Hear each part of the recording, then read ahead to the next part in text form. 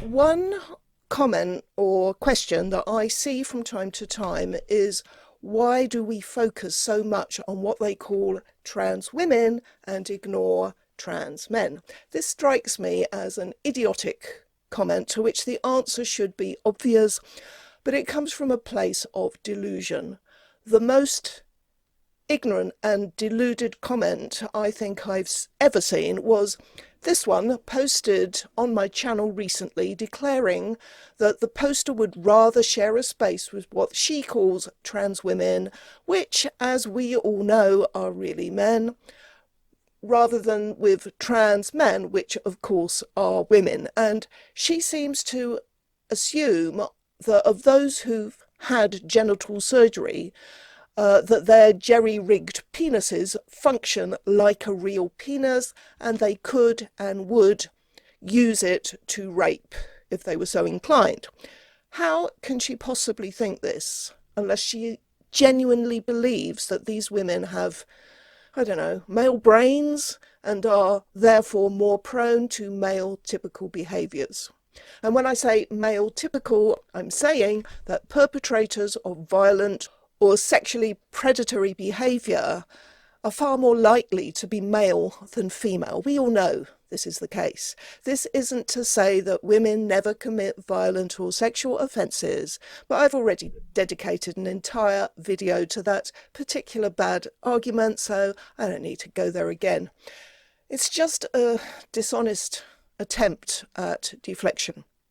I have seen some threatening and abusive behaviour online from trans-identifying women, but on the crime page of my website at peaktrans.org, I currently feature a couple of hundred reports of trans-identifying criminals. Well over half are sex offenders.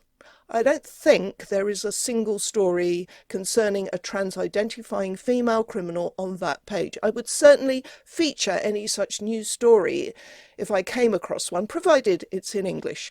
But people are still in denial that women are at risk from some men who call themselves transgender. I think most of those people probably understand why women do not want to feel uncomfortable sharing certain spaces with strange men.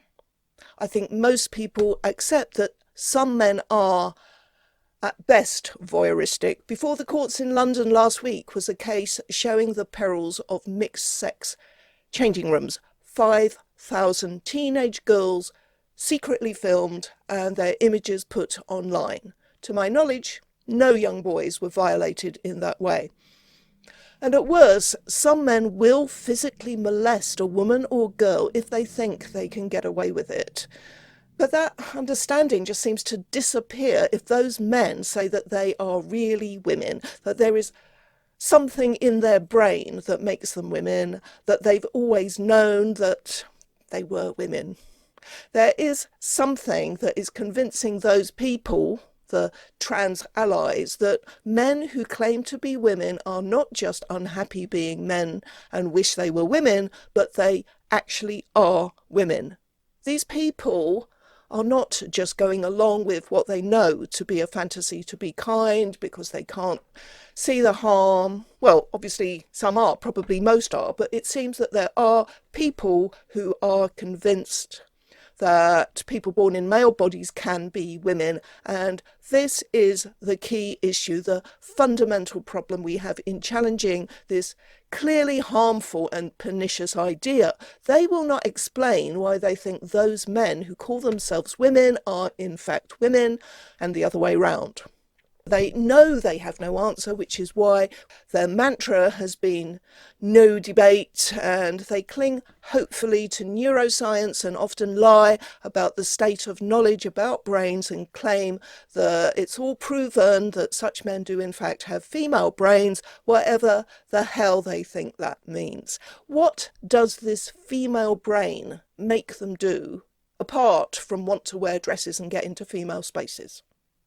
I say people, but I think it's mostly women who fall for this claptrap, and I've already made a video about why women support trans rights. As for the male trans allies, I think maybe the best intentioned ones perhaps believe that there is a deep-seated psychological problem in some people that causes them to wish they were the other sex, and the kindest thing to do is just go along with their fantasy.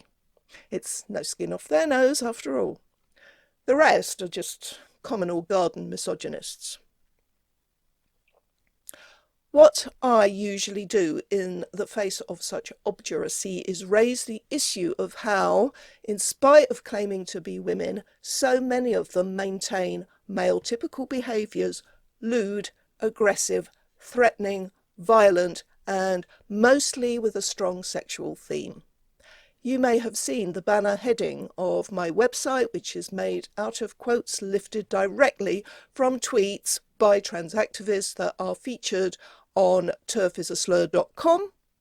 And okay, some just want to slit our throats, throw us in a dumpster and set fire to us, but most involve fantasies of sexual assault. You'd think that would be enough to raise a red flag or two in people's minds, unless they're brainwashed and in a cult, of course. But at the end of the day, these are just words. These are not what I refer to when I confront those defending the rights of trans-identifying men to enter women's spaces.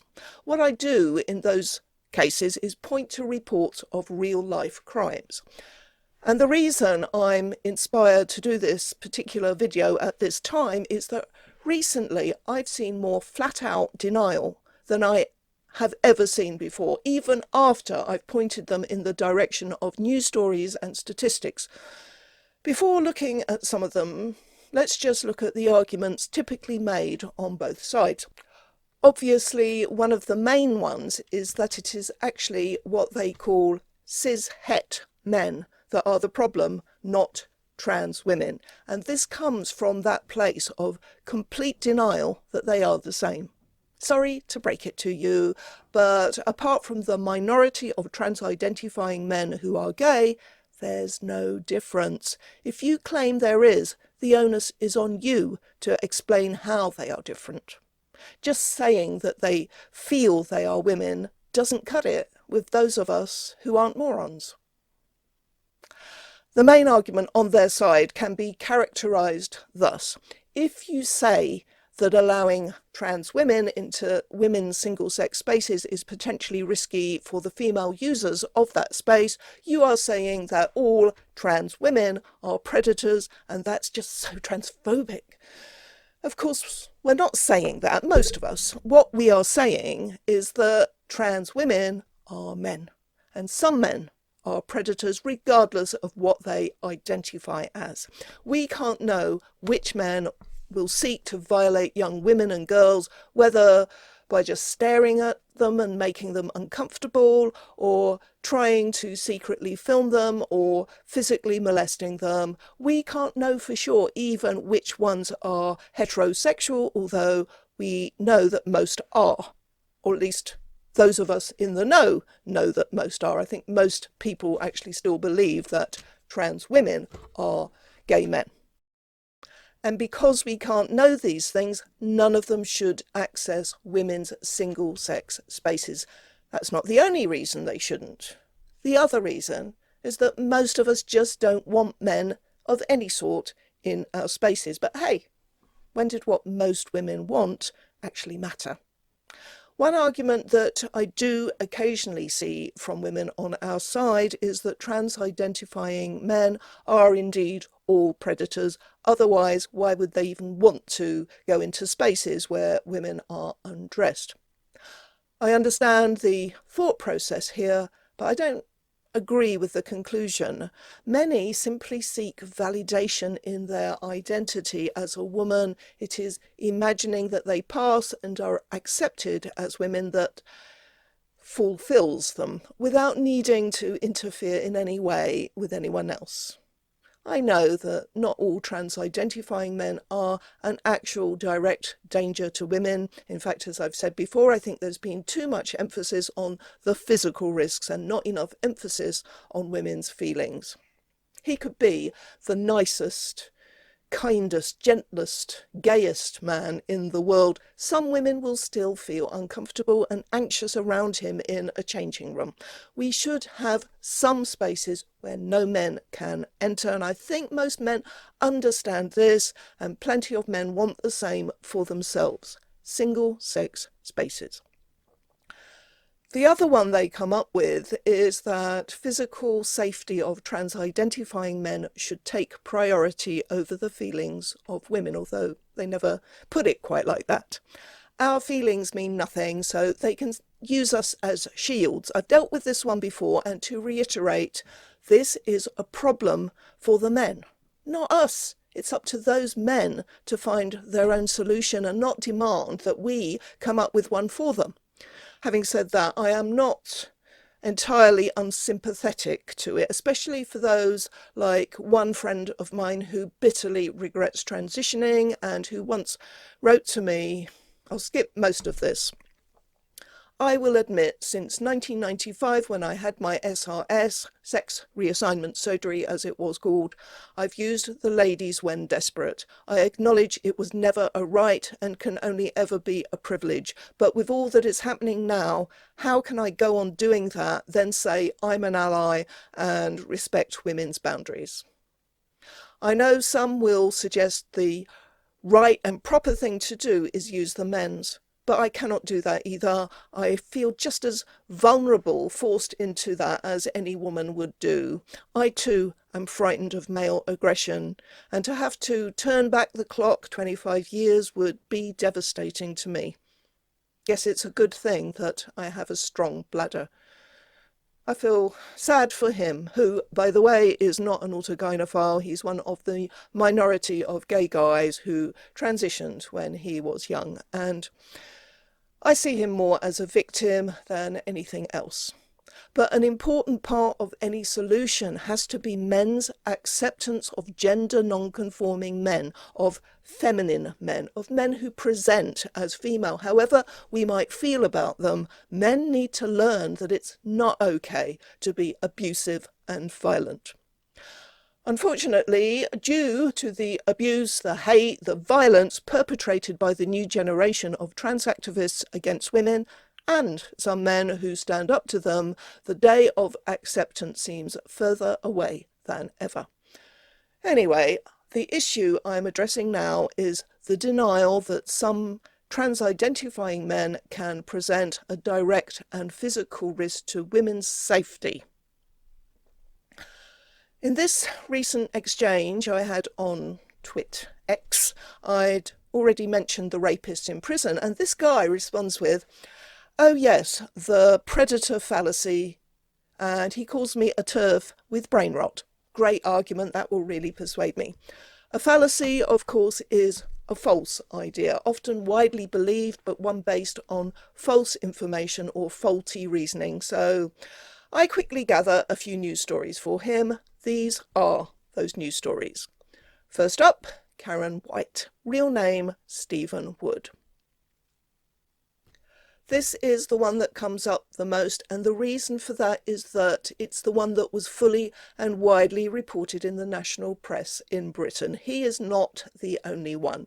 I emphasise that because I've actually had people say, oh, that's just one. I mean, how many does there need to be before it becomes a problem in your view? Wood had previous convictions for indecent assault, indecent exposure, and gross indecency involving children, animal cruelty and dishonesty. And he was on remand and awaiting trial in a men's prison when he claimed to be transgender and got himself transferred to the female estate, where he committed 4 sexual offences against women prisoners.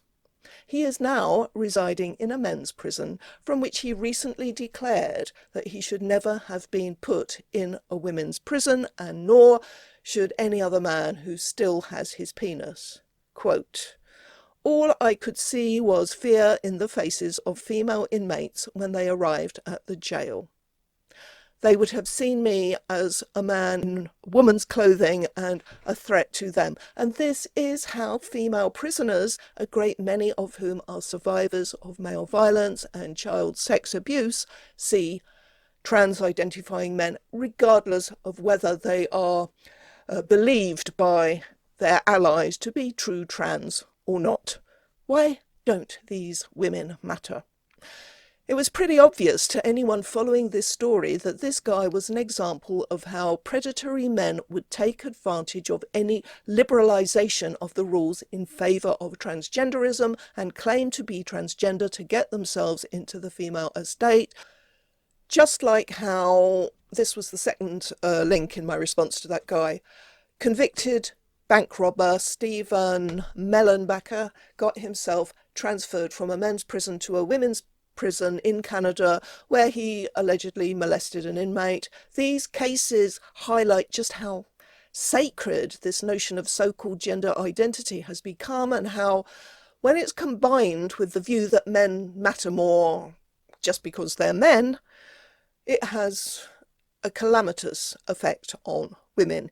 If a man says he's a woman, it doesn't matter if he hasn't taken the tiniest step towards changing his appearance by medical transition. He will be believed, he will get what he wants, and women will be harmed as a result.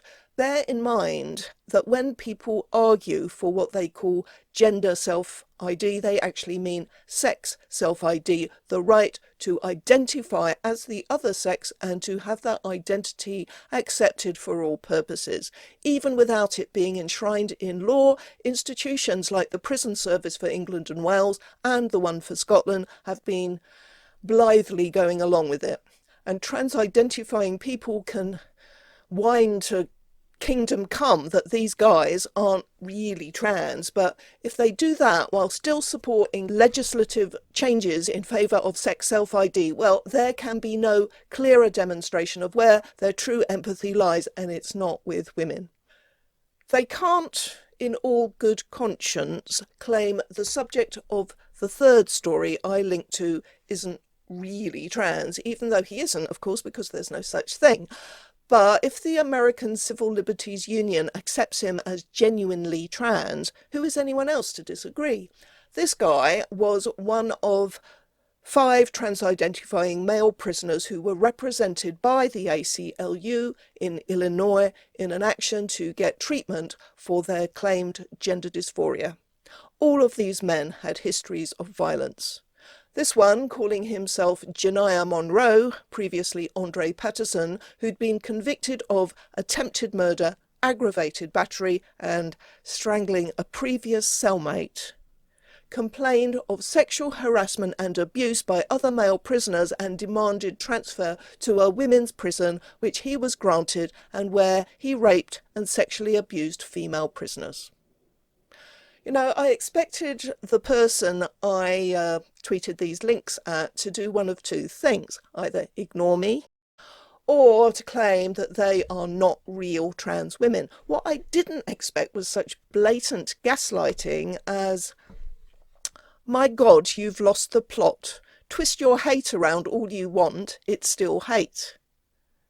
I can't even begin to comprehend the kind of mind that would come up with a response like that one, so I'll leave it there. The other argument I want to deal with in this video is the one about the lack of evidence, meaning, I suppose, the dearth of scholarly research into the topic of trans-identifying criminals and predators. Again, it's a deflection. Oh, I'm sure that after my last video you haven't had nearly enough of Jamie Raines, aka Jamie Dodger, so a quick reminder of one of the things she said. Other sources have said no evidence was identified to support the claim that trans women are more likely than cisgender women to sexually assault other women in women-only spaces. This lack of evidence is reiterated by other sources. Well, given that trans women are men and cis women are women, this sentence translates to: there is no evidence to support the claim that men are more likely than women to sexually assault women. Really? Isn't that just the perfect illustration of why we shouldn't call a man a trans woman?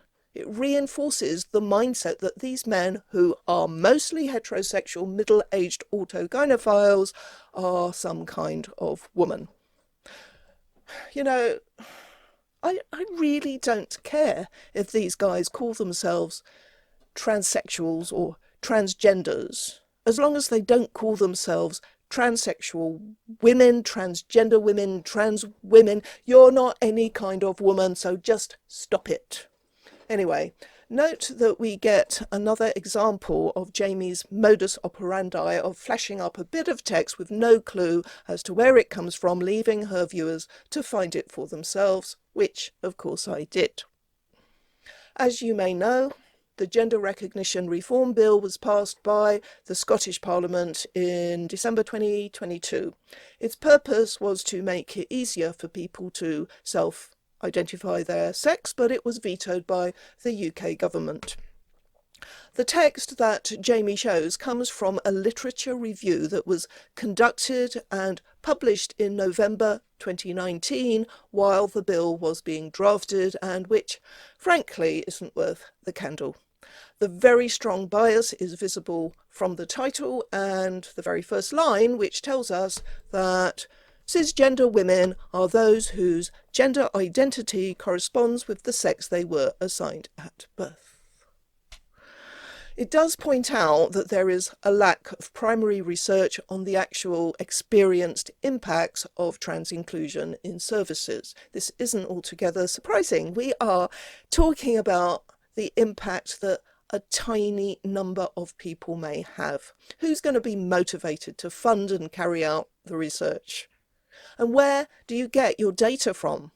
I do know that in America there's been at least one study. There was one carried out in Massachusetts based on statistics provided by local police, but surely anyone who knows anything knows that most sexually motivated crimes don't get reported to the police.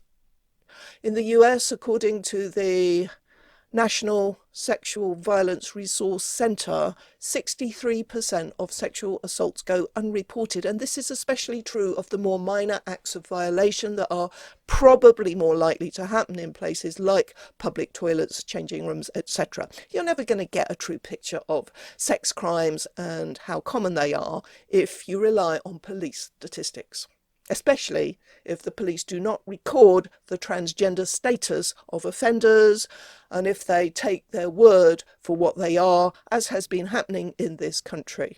I'll just quote a little bit from the body of that Scottish literature review. The literature did not offer an explanation for why the different experiences of socialization and oppression that trans women have experienced compared to cis women justifies their exclusion, while the differences in experience between women of different ethnicities, classes or sexualities does not.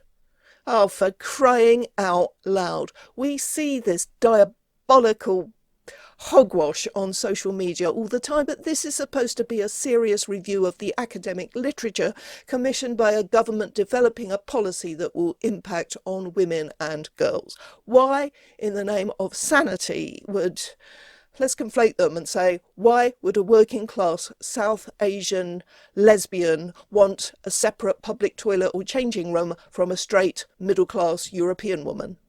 And why might either of those women need not to have to share those spaces and others like it, like refuges, hospital wards and prison cells, with any man, whatever he identifies as? Isn't it kind of obvious?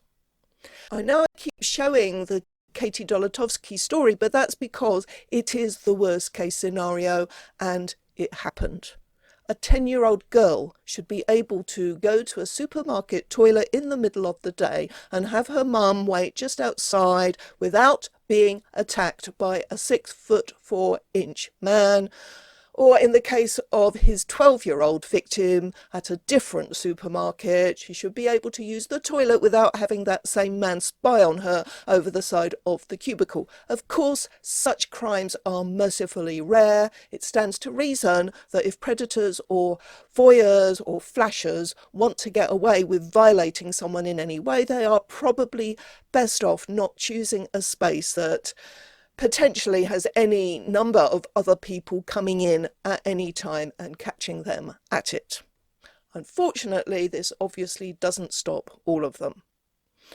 On the other hand, when you have a massive cultural fraud going on that says men can be women, and if they want to expose their naked genitals while leering at you in your state of undress, as described by the American swimmer Riley Gaines about her male teammate Lia Thomas. We also had to share a locker room and change in front of this fully intact naked male.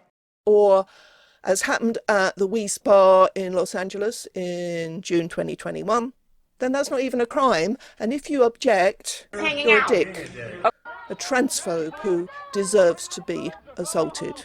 Although having said that, the Wii Spa guy who had legally changed his sex and has female on his driver's license, he did eventually get arrested and charged with, I think it was 5 counts of indecent exposure. It's yet to come to trial. The judge at the pre-trial hearing said the spa's policy to not discriminate on the basis of gender identity was not an affirmative defence. So there are still little islands of sanity in existence. Of course, these acts of indecent exposure and voyeurism don't even count as violations in the minds of trans activists. From looking at the news stories linked to from my website, it's fair to say that men who claim to be transgender are responsible for some of the worst crimes imaginable. Let's look at a few of them. Oh, has any trans activist or ally tried to claim that Layla LeFay is not a real trans woman because threatening to kill, blind and break the backs of a couple of middle-aged women and burn Kelly J's house down with her inside it is not exactly the kind of behaviour one would expect from another middle-aged woman? Then again, it's just words. So what else have we got? TikTok star Rachel Queen Burton pleads guilty to child abuse offences. Transgender charity shop worker exposed her penis to 2 11-year-old girls. Transgender rapist jailed. Defence argued his victim was transphobic. Transgender daycare worker charged with sexually abusing baby. Oh, God, make it stop. Oh, here's a better one. Transgender beautician who once shoved police officer onto tube tracks faces jail for attacking 3 women, including a grandmother. That's 3 women on 3 separate occasions, by the way. And here is the offender, the lovely Paris. Oh, Christ, how many of them call themselves Paris Valletta Brigazzi, who, by the way, was remanded in Pentonville, which is a male's prison. You have to read almost to the bottom of this piece in the Mail to hear this deranged, violent thug's lawyer say the court had misgendered her client and she should have been remanded in a female prison. Clown world. But at least Paris didn't sexually assault anyone. Here we have April Welsh, who, by the way, fathered 2 children before his transition and who drunkenly throttled one partner and pushed her to the floor before punching and kicking her. A few weeks later, he did a similar thing to another girlfriend, knocked her to the floor and kicked her in the face. Spared jail. Could have been worse. Could have been like this. Transgender nurse brutally murders paralysed patient. Okay, I'll stop there. As I said, I have about 200 links on my crime page. Over half are for sex offences. Over 70% of British prisoners who claim a transgender identity are convicted of sex offences or violent crimes. At least 181 of the 244 transgender inmates are in jail for crimes including rape, forcing underage children into having sex, grievous bodily harm and robbery.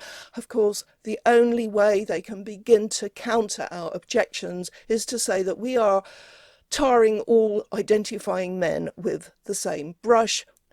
We shouldn't punish an entire community because of a few bad apples. Well, if by punishment you mean keeping them away from us in places we are vulnerable, then why not? Why shouldn't we, if that's the only way to keep women and little girls safe?